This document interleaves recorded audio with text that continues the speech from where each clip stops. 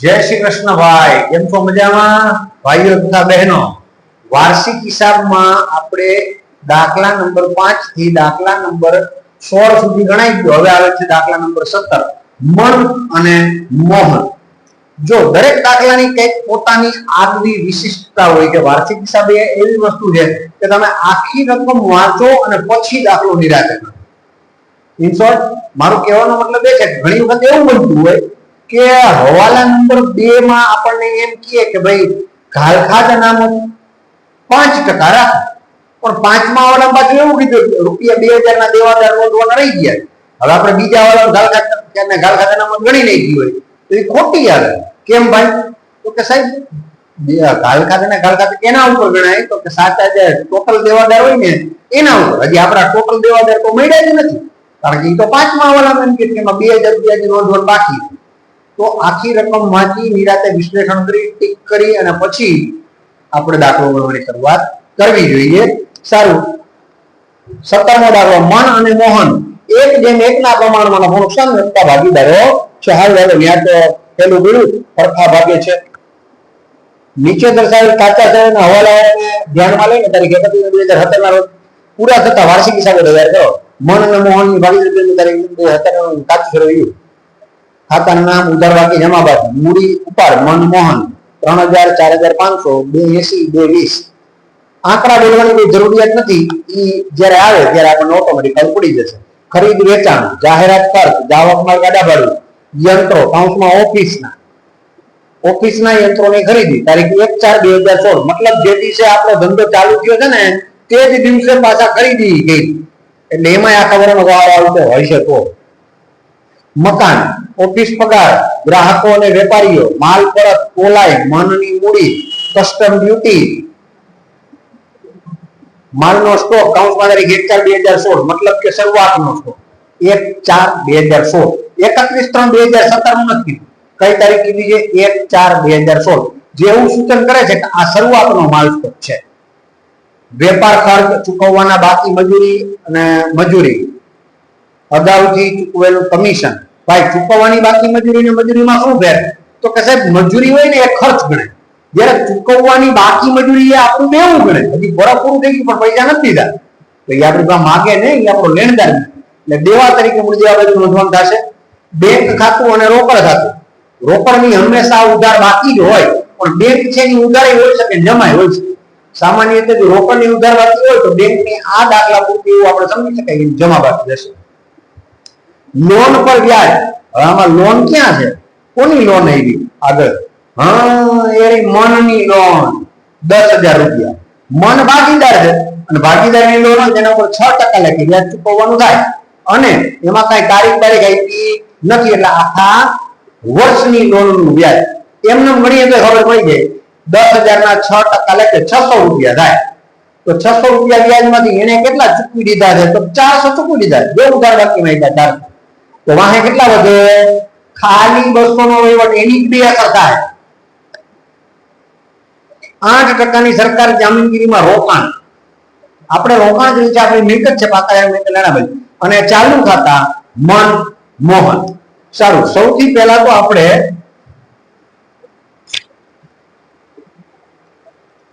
કાચા સરવૈયાની અંદર જે હવાલાઓ જોડાયેલા છે એને ટીક કરી લઈએ।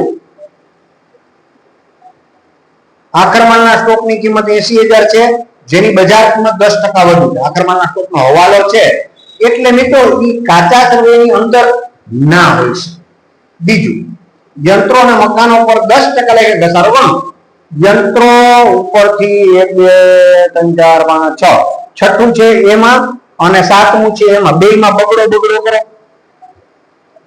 અને મકાનમાં બગડો કરો। ત્રીજો 10,000 રૂપિયાનો એક દેવાદાર નાદાર જાહેર થયો। નાદાર જાહેર થયો એટલે બધા જ બૂચ માર દેવા એવું નથી હો, થોડાક પૈસા એ કદાચ બિચારો આપણી માટે અલગથી રાખીને બેઠો।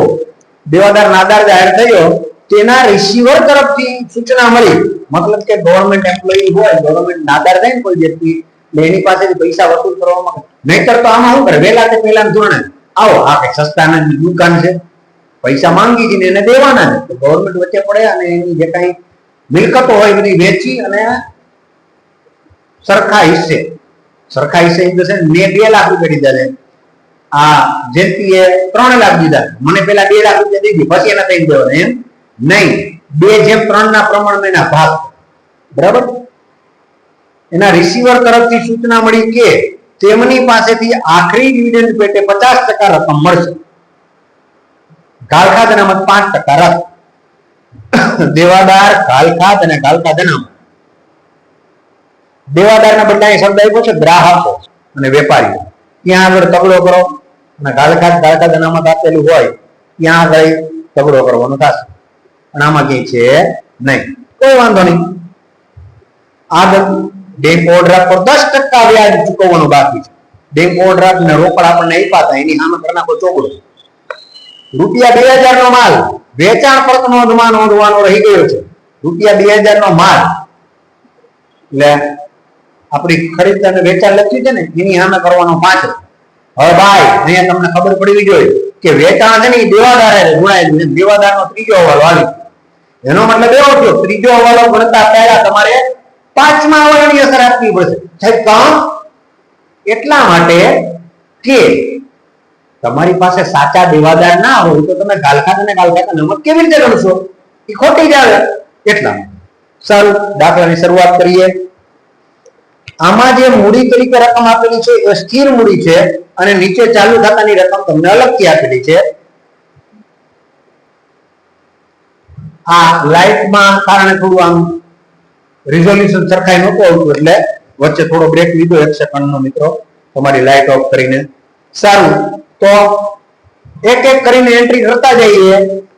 સામાન્ય રીતે 50 એન્ટ્રી, 44 એન્ટ્રી, 11 માર્કનો દાખલો એટલે 44 એન્ટ્રીનો દાખલો થાય.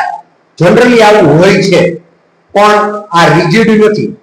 ગયા વર્ષે જે દાખલો પૂછાનો હતો એમાં લગભગ 55 એન્ટ્રી કરતા પણ વધારે એન્ટ્રીઓ વાળો દાખલો હતો. સારું, દાખલાની શરૂઆત મૂડી અને ઉપાડ. આ જે મૂડી છે એ સ્થિર મૂડી છે, જેને મારે ડાયરેક્ટ પાકા સરવૈયામાં લખવી પડશે. મૂડી મન અને મોહન 2,80,000, 2,20,000, ટોટલ 5 થી ગયા. અહીંયા લખી બાયને કાઢો તો બી ચાલશે. જ્યારે ઉપાડ ક્યાં લખવાનું થશે? ચાલુ ખાતાની ઉધાર બાજુ. હાલો, આ ચાલુ ઉપાડ. હવે ભેગો 3,000 ને 8,000 ચાલુ ખાતાની બાકી એ લખી નાખ્યું છેલ્લે જે છે એમાં. ચાલુ ખાતામાં મનની ઉધાર બાકી છે, અહીંયા બાકી આગળ લાવ્યા. કેટલા કીધા? 8,000 મન. જ્યારે મોહનની જમા બાકી આપી છે, એ જમા બાકી આગળ લાવ્યું. મોહનમાં જમા બાજુ 12. સારું, આગળ વધો. આપણે જ્યાંથી બાકી રહ્યું ત્યાંથી ખરીદ વેચાણ. ખરીદી અને વેચાણ માલના ખાતા છે, વેપાર ખાતાની ઉધાર અને જમા બાજુ. ખરીદી કેટલા રૂપિયા છે? 80,000. આમાં હવાલો ટીક કરેલો છે એટલે અત્યારે હું રકમ બહાર નથી કાઢતો. અને આમે માલ પરત તો છે જ, આપણને ખબર છે. વેચાણ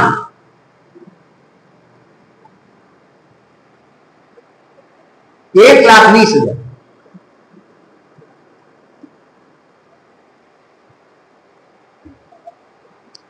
જાહેરાત ખર્ચ. જાહેરાત ખર્ચ નફા નુકસાન ખાતાની ઉધાર બાજુએ વેચાણ વિતરણ ખર્ચમાં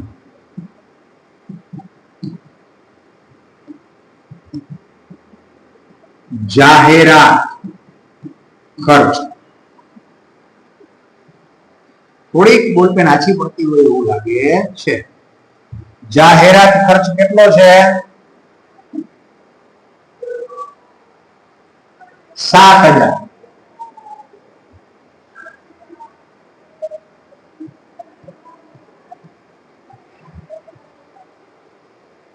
કદાચ મેબી એવું બની શકે કે આપણે જે બોલપેન વાપરીએ છીએ એ પીછું ના હોય.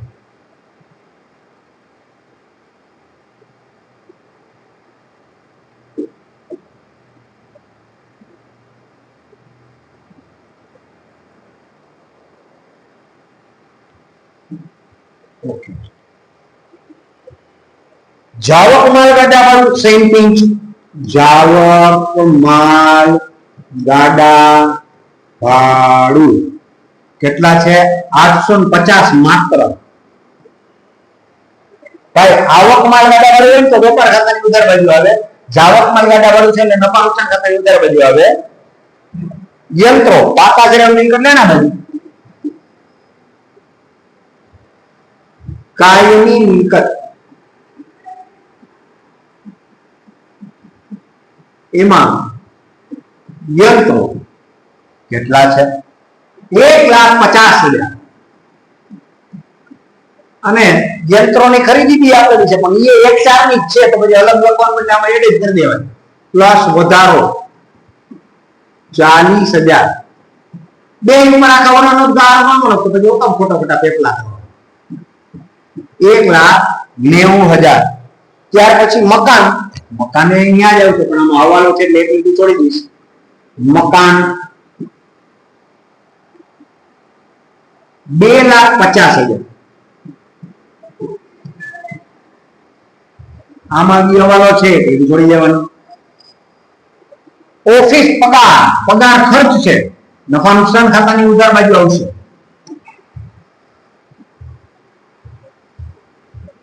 વહીવટી ખર્ચના હેડિંગ નીચે પગાર 15,000. ગ્રાહકો અને વેપારીઓ, ગ્રાહક એટલે દેવાદાર, આખા સરવૈયામાં પણ ચાલુ મિલકતમાં. હો ભાઈ, ગ્રાહકો કેટલા? 25,000. ગ્રાહક મિલકત છે એની હંમેશા ઉધાર બાકી હોય, જ્યારે લેણદારો એટલે કે વેપારીઓ એ દેવું ગણાય એટલે એની જમા બાકી હોય એટલે ચાલુ દેવામાં આવે. એ કેટલા છે? 35,000. આઈની માલ પર આટલી જગ્યા થોડી હતી આપણે વેપાર ખાતામાં. માલ પર ખરીદીની ઉધાર બાકી હોય તો ખરીદ પરતની જમા બાકી હોય મિત્રો. એનો મતલબ 14,000 રૂપિયા છે ને એ ખરીદ પરત છે. 10,000 તો 70 ને 4 તો 66,000.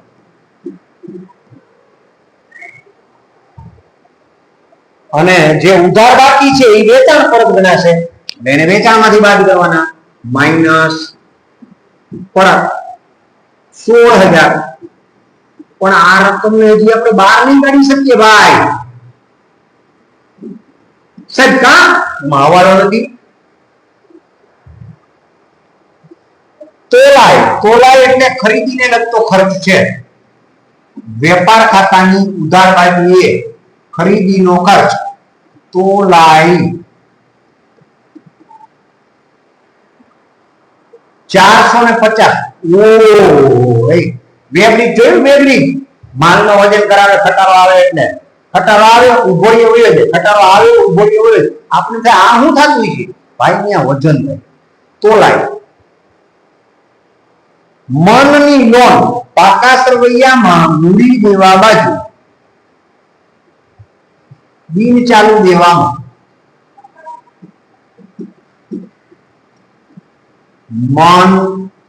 મનની લોન 10,000 હતા ને?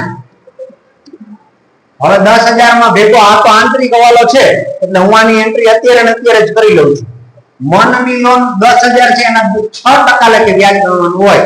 આવી સૂચના ના હોય પણ આ આપણે પહેલા ચેપ્ટરમાં ભણી ગયા કે ભાઈ જ્યારે કોઈ ભાગીદાર પેઢીને લોન આપે ને ત્યારે ભાગીદાર પેઢીને આપી છે ને, હા જમા બાકી.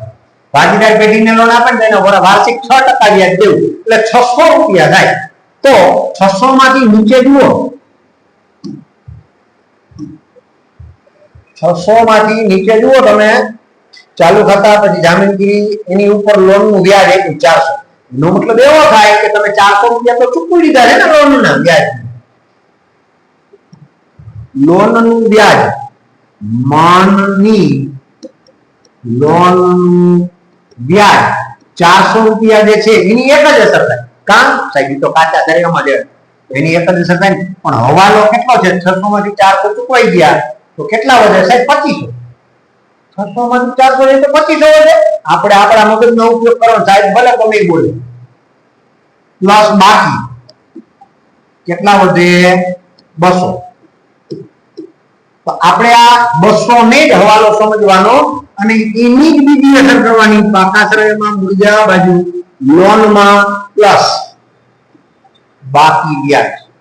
અધરવાઇઝ તમે અહીંયા બી લખી શકો છો 10,200. આ લાઈનમાં ન થયું ન મજા આવી. 10,200. સારું, ફરી પાછા હતા વન ની લોન માં હતા. કસ્ટમ ડ્યુટી હાઈલા. આ શું છે સાહેબ? કસ્ટમ ડ્યુટી એ જો ગામડું હોય ને તો ત્યાં આગળ જકાત, સિટી હોય ને ત્યાં કોર્પોરેશન વાળા છે આપણી પાસેથી ટેક્સ વસૂલ કરે. અને જો વિદેશમાંથી તમે ખરીદી કરો ને તો ત્યાં આગળ તમારે કસ્ટમ ડ્યુટી ભરવી પડતી. હવે તો જકાત નાબૂદી થઈ ગઈ છે. વિદેશમાંથી માલ વેચાવા માટે આપણે લઈ આવીએ વેચવા માટે તો કસ્ટમ ડ્યુટી ભરવી જોઈએ, જે માલની ખરીદીને લગતો ખર્ચ છે. વેપાર ખાતાની ઉધાર બાજુએ કસ્ટમ ડ્યુટી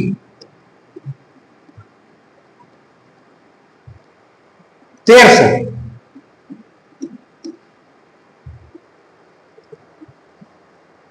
વેપાર ખર્ચ નફા નુકસાન ખાતાની ઉધાર બાજુ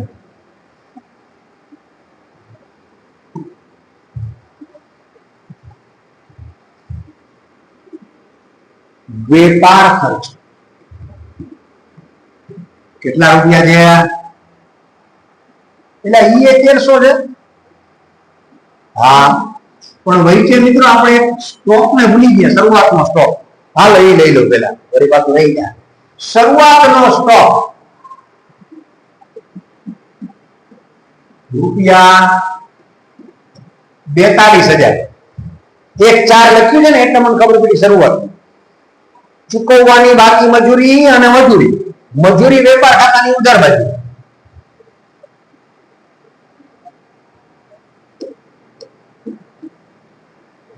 ₹750.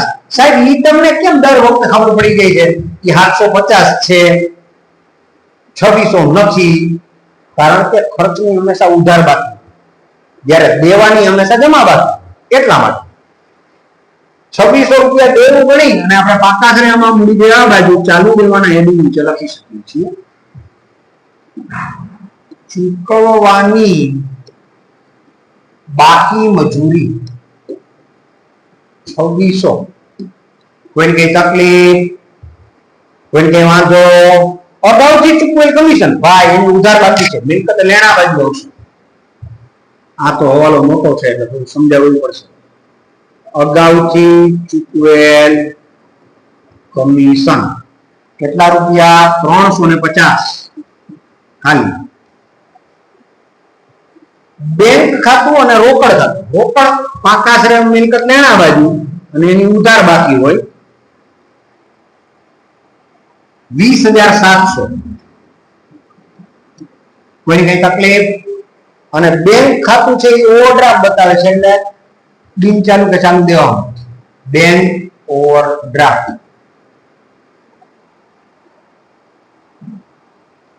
જે બતાવે છે 3,000. કોઈ કે વાંધો? ત્યાર પછી લોન પર વ્યાજ તો આપણે લઈ લીધું વચ્ચે. 8% સરકારી જામીનગીરીમાં રોકાણ. 8% સરકારી જામીનગીરીમાં રોકાણ કરો તો રોકાણ અહીં આવશે બિન ચાલુ રોકાણ તરીકે 30,000 રૂપિયા. સાહેબ તમે અંદર કાં લખો છો? એમાં ટકા આપ્યા છે. જુઓ ટકા આપ્યા હોય એટલે હવાલો ગણવો પડે, એનું વ્યાજ આપણે ગણવું પડે. આપણા માટે આવક થાય એટલા માટે અંદર લખીએ. તારીખ નથી આપી એટલે આપણે આખા વર્ષનું વ્યાજ ગણવાનું થશે. 8 × 2400 પ્લસ મળવાનું બાકી વ્યાજ 2400, 32,000 કોઈને કઈ તકલીફ? આગળ હજી આની બીજી અસર આપવાની બાકી રહી ગઈ છે. નફા નુકસાન ખાતાની જમા બાજુએ આવક તરીકે રોકાણો પર વ્યાજ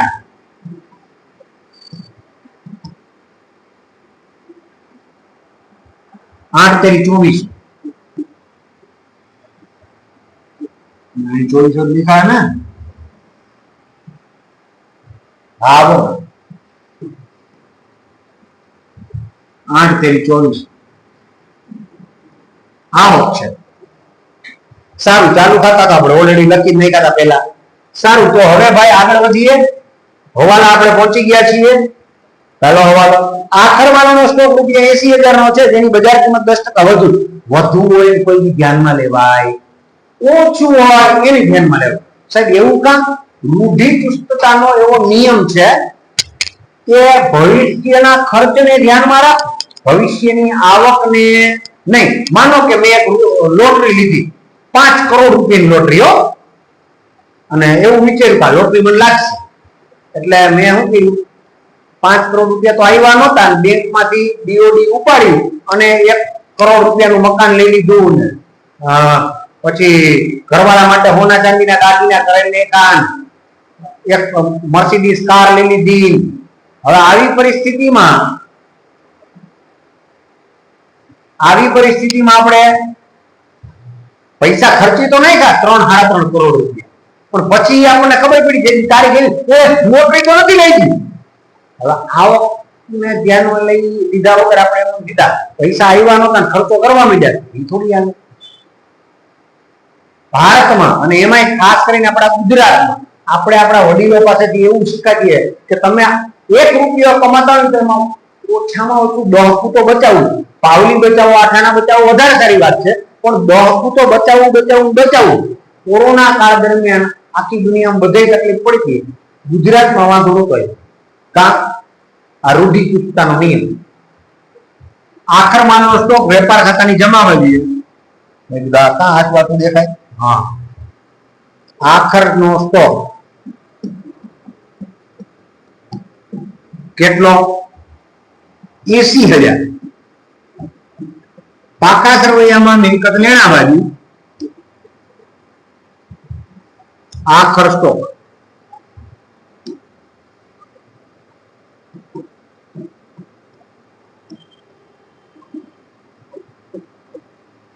સારું, આગળ વધો. 2 અસર થઈ ગઈ. યંત્રો અને મકાન ઉપર 10% ગાળો માઇનસ ઘસારો 19,000 કરો બાદ 1,90,000 માઇનસ 19,000 1 ને 71.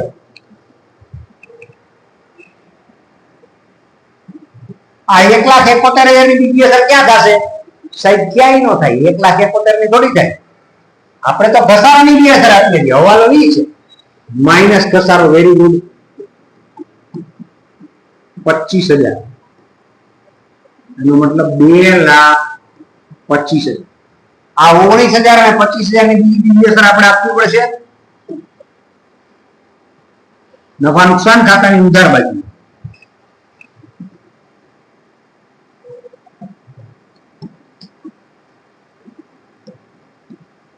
મકાન અને યંત્ર. મકાન અને યંત્રનો ઘસારો કેટલો થયો? યંત્રનો 19,000 નો મકાનનો 25,000.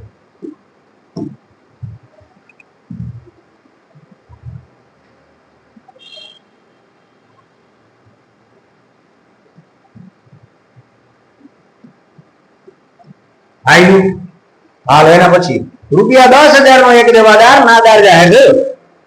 એના રિસીવર તરફથી સૂચના મળી કે તેમની પાસેથી આખરી ડિવિડન્ડ પેટે 50% રકમ મળશે, ઘાલ ખાતાના 5%. પણ આપણે હમણાં જ વાત કરી પ્રમાણે પહેલા આ દાખલામાં ત્રીજો હવાલો નહીં ગણી શકાય, એટલે 5મો કરવો પડશે, કારણ કે આપણી પાસે જે દેવાદાર છે એ કુલ દેવાદાર નથી. હું પહેલા તમને સમજાવી દઉં, પછી આપણે આગળ વધીએ.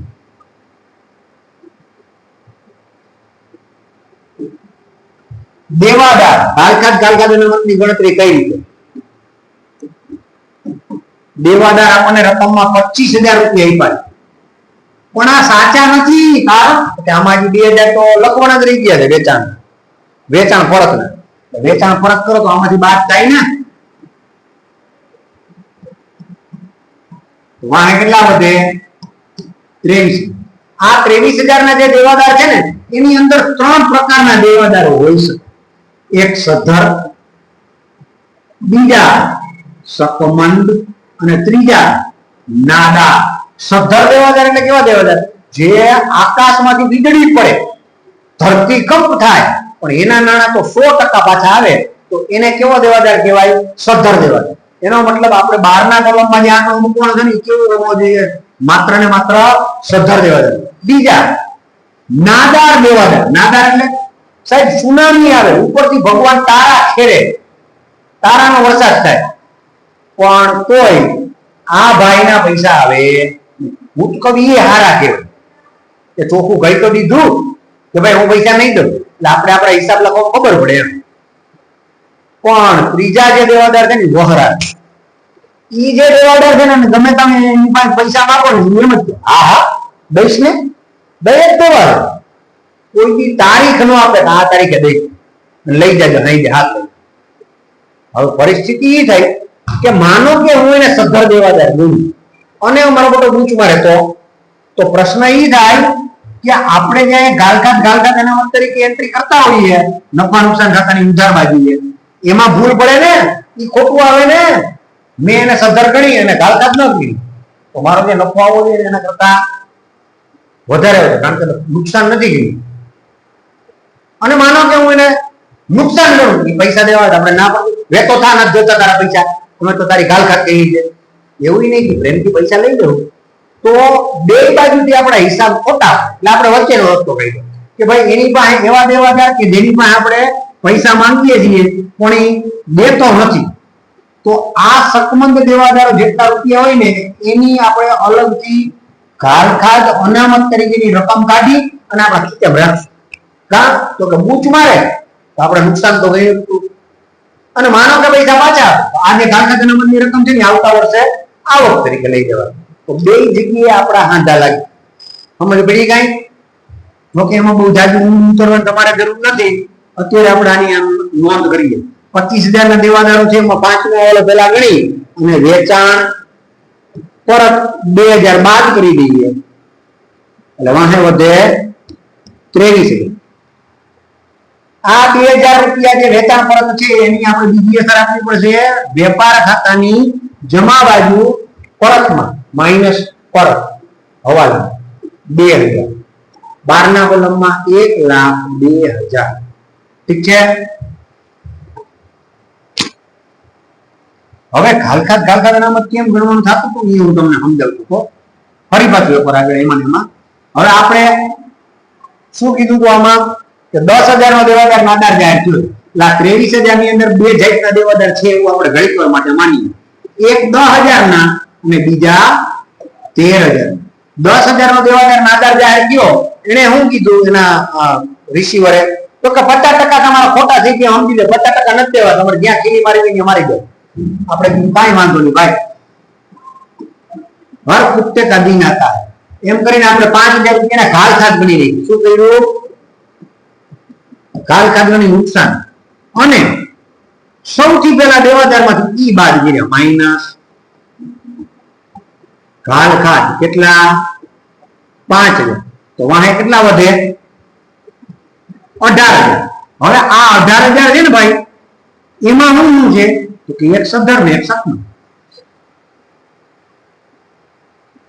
એક 18,000 માં 5,000 રૂપિયા કેના છે? સદ્ધર ના. 5,000 13,000 કોના છે? નાદાર. મતલબ કે આ જે દેવાદારો છે ને અત્યાર સુધી એવું બન્યું હતું કે આપણને કોઈ બી શકમંદ દેવાદાર કેટલા નથી ને એની રકમ જ નહોતા. શકમંદ દેવાદાર કેટલા છે એની રકમ જ ન. સદ્ધર નાદાર ગાલખાત કેટલી છે કઈ ગયું પણ સધર ને શકમંદ કેટલા છે ખબર પડે નહીં તો તમે કાલકા દેનામાં કેવી રીતે કરો? અહીંયા આપેલા છે એટલે તમારે શું કરવાનું છે? આ 5000 સધર થઈ ગયા એને કહેવાનું અહીંયા આવો તો ઘણી વાર હવે 13000 રૂપિયામાંથી 5000 રૂપિયા નહીં 13000 માંથી નહીં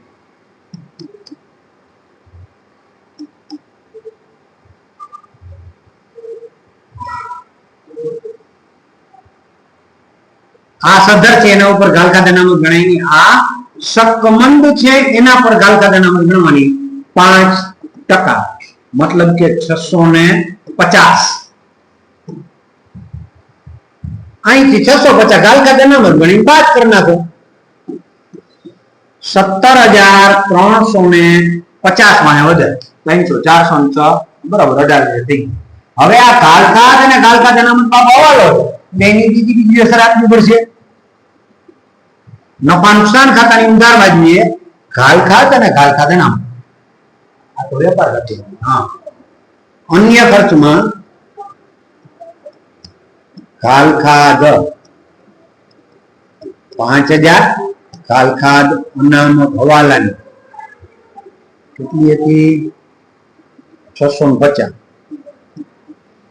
मतलब 5650 कोई कई तकलीफ काई वांधो नहीं हालो पांचमो वालो થઈ ગયો ત્રીજો થઈ ગયો બીજો બાકી રહી ગયો છે ચોથો બેંક ઓવરડ્રાફ્ટ પર 10% લખી વ્યાજ ચૂકવવાનું બાકી છે બેંક ઓવરડ્રાફ્ટ કેટલાનું તો પેલા એ તો જુઓ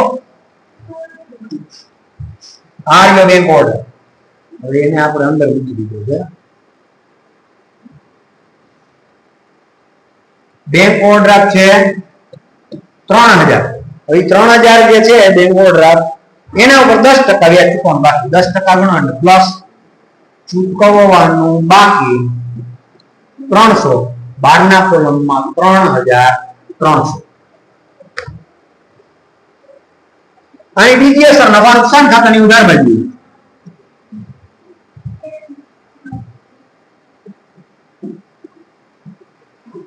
બીઓડી વ્યાજ માત્ર 300 આઈલું પૂરું દાખલો પૂરો ચલો સરવાળા ચાલો વેપાર ખાતું કાઢી દઈએ પેલા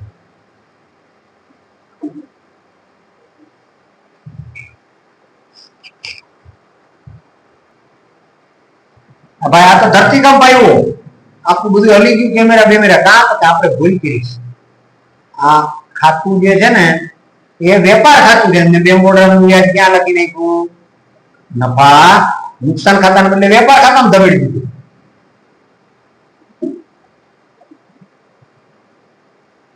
અહીંયા લખવાનું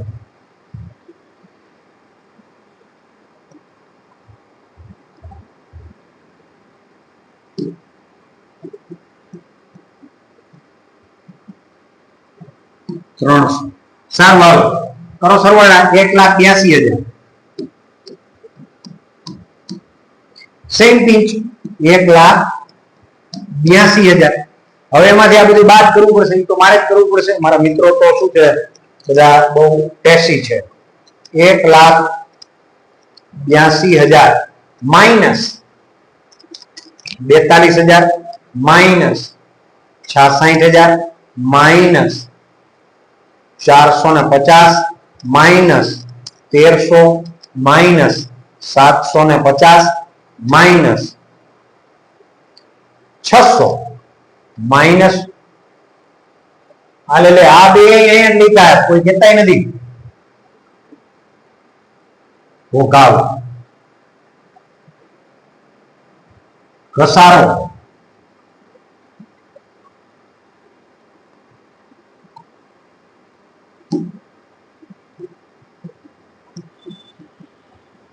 मकान 25,000 અને यंत्र 19,000 हार वालो तो તમારો કાચો નફો કેટલો આવ્યો ગણો ભાઈ 7,900 આવે હે હવે તો બોલો સરવાળા ફરી પાછા એકવાર 1,82,000 माइनस 42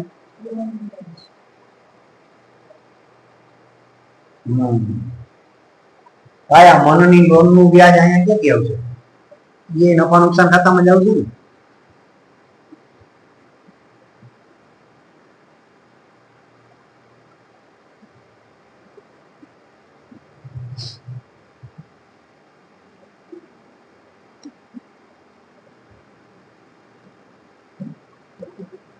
બસો પ્લસ ચૂકવવાનું 400 પ્લસ ચૂકવવાનું બાકી 200 ટોટલ 600.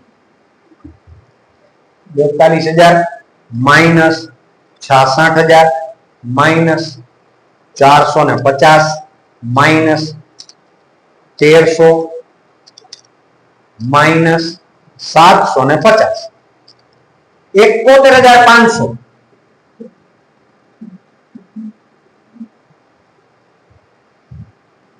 નફા નુકસાન ખાતે લઈ ગયા. આ ફરજિયાત લખવું જ પડે આમ તો, પણ હવે કી ની અંદર જ નથી આવતું, શું કરું? 71,500 71,500 માં 2,400 ઉમેરવાના 73,900. પણ મને સારી એવી શંકા છે કે કદાચ આમાં ઉધાર બાજુનો સરવાળો વધારે થઈ જતો હશે, એટલે ઉધાર બાજુનો સરવાળો એકવાર ચેક કરી લેવાય. 1300 plus 7,000 plus 850 plus 600 plus 5650 plus 300 plus 25,000 plus 19,000. હા, જમા બાજુનો જ આટલો છે ભાઈ, અહીંયા તો ઓછો જ છે, એટલે 73,900 માઇનસ 59,700 માઇનસ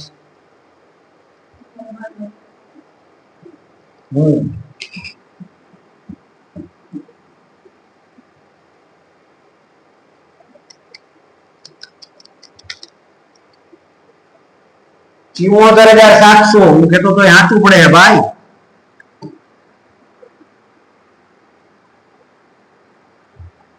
નજર ગઈ ગયું.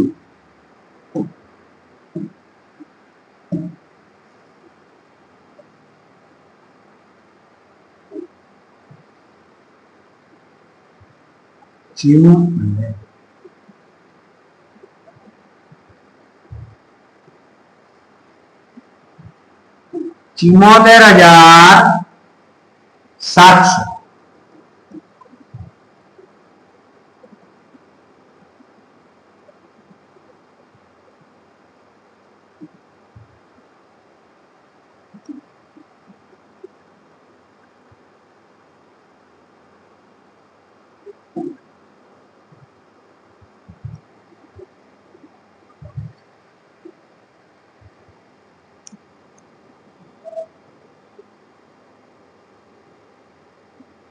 $74,700 માંથી 74,900 કરો બાદ. 800 રૂપિયા ખાલી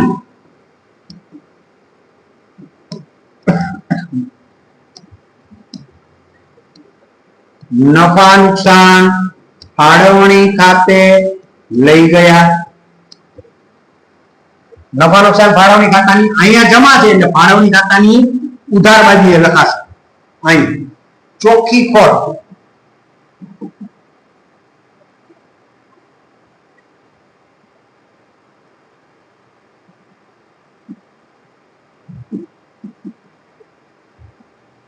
$800.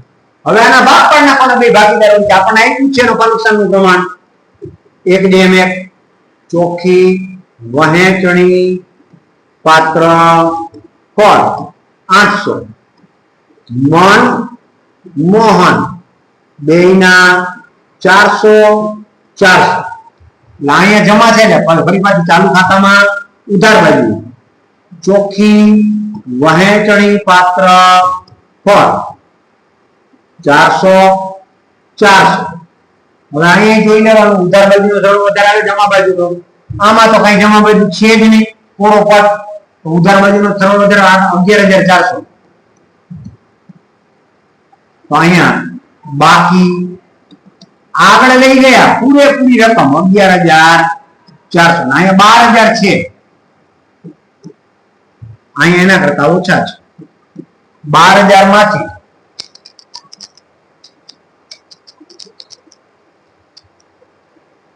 4,900 બાદ 7,100 બાકી આગળ લઈ ગયા. હવે આની ઉધાર બાકી કહેવાય ભાઈ. આ જે રકમ છે ને એનું ઉધાર બાકી કહેવાય. તારે પાકા કરી મિલકત લેણા બાજુ લખવી પડે. નો સ્પેસ, કાંઈ વાંધો નહીં, આપણે સ્પેસ બનાવીએ.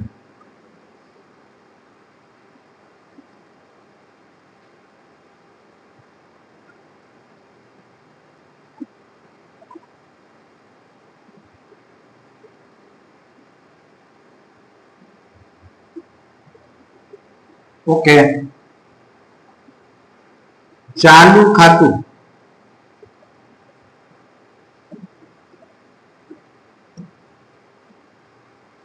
મન જ હતો ને ભાઈ. હા, 11,400